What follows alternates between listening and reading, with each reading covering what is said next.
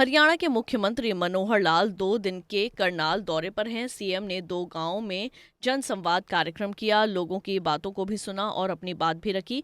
किसी ने खेलों के स्टेडियम की डिमांड की तो किसी ने तालाब साफ करवाने की मांग रखी। वहीं स्टेडियम की मांग पर सीएम ने 2 एकड़ में व्यायामशाला बनाने की घोषणा की। उन्होंने कहा कि गांव के निकट कोई किसान पंचायती भूमि के बदले में जितनी जल्दी 2 एकड़ जमीन दे देगा, उतनी जल्दी व्यायामशाला का निर्माण कार्य शुरू कर दिया जाएगा। इसके अलावा सीएम ने गांव में पार्क में जिम बनाने और एक लाइब्रेरी की स्थापना करने की भी घोषणा की है।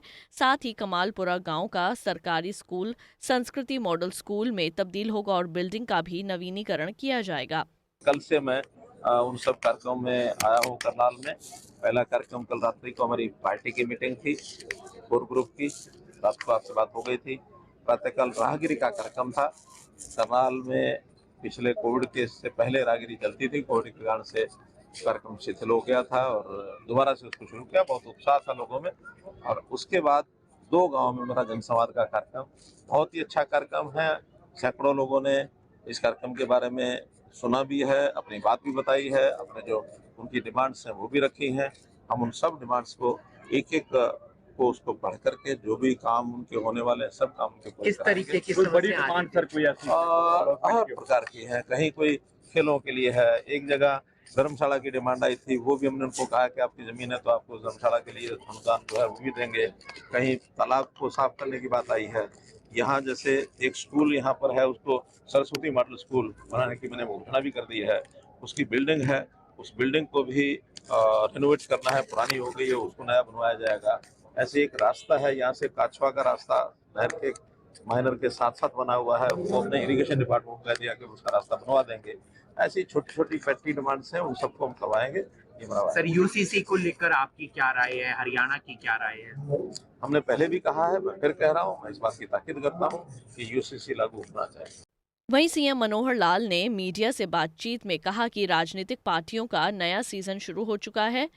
3.5 साल बाद अब सभी पार्टियों के नेता बाहर निकल कर आएंगे और अपनी बात रखेंगे। जो पहले सत्ता में रहे हैं वो भी अपने वायदे करेंगे। जनता को पता है पड़ोसी राज्यों में जिनकी सरकार है उनसे लोग कितना परेशान हैं। फ्री की घोषणाएं करके वो पार्टियां लोगों के वोट खरीदने की कोशिश करते हैं।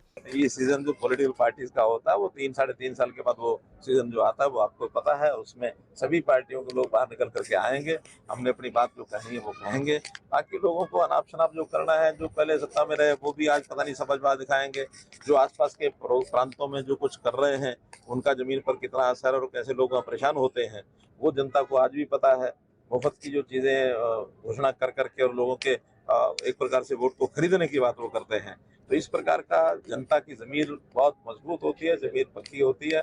वो ऐसे किसी भी झांसे में आने वाले नहीं है।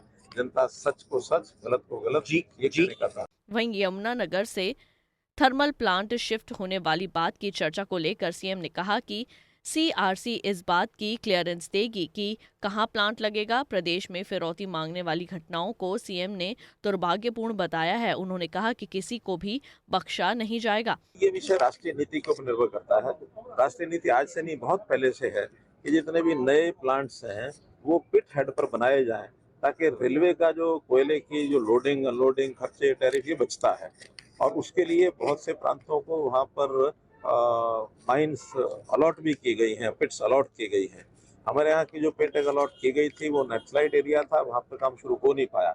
लेकिन हमारा जो विषय अलग है, यमुनानगर में जो बना रहे हैं ये कोई नई एडिशन की बजाय जो पानीपत के कुछ ऐसे हैं प्रोजेक्ट्स जो टाइम पीरियड उनका समाप्त हो रहा है, उनकी सबकी एज होती है, तो जैसा 2026-2027 में कुछ समाप्त होंगे, उसकी जगह पर नए जो थर्मल प्लांट हैं वो लगाने की योजना है। हमारे पास यमुनानगर में जगह भी है, हमारे पास सब है, लेकिन फिर भी ये क्लियरेंस जो है सीआरसी देती है। सीआरसी जैसा क्लियरेंस देगी, अगर हमको क्लियरेंस मिल गया यहाँ लगाने का तो हम यहीं लगाएंगे। और उन्होंने क्लियरेंस अगर नहीं दी, क्योंकि पर्यावरण का मामला भी है, टैरिफ का मामला है, रेलवे के मामले हैं, आखिर बिजली हमको चाहिए। बिजली तो कहीं से भी देश से आ सकती है, उसमें उतना खर्च नहीं आता जितना रेलवे के टैरिफ के अपना कोयले के टैरिफ के कारण से उसका खर्चा बढ़ता है। तो सस्ती बिजली अगर लेनी है तो पिट हेड पर रहेगी तो ज्यादा अच्छी रहेगी, लेकिन फिर भी यहाँ लगाने के अपने हेतु हैं, यहाँ उसका अपना लाभ है, यहाँ के लोगों को रोजगार मिलता है,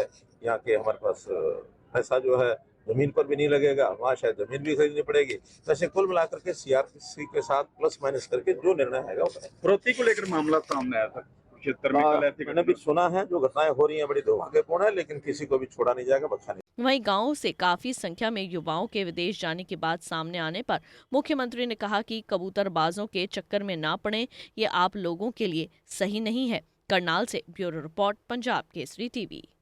हमसे जुड़े रहने के लिए हमारे YouTube चैनल को सब्सक्राइब करें और नई वीडियो की नोटिफिकेशन के लिए बेल आइकॉन को दबाएं।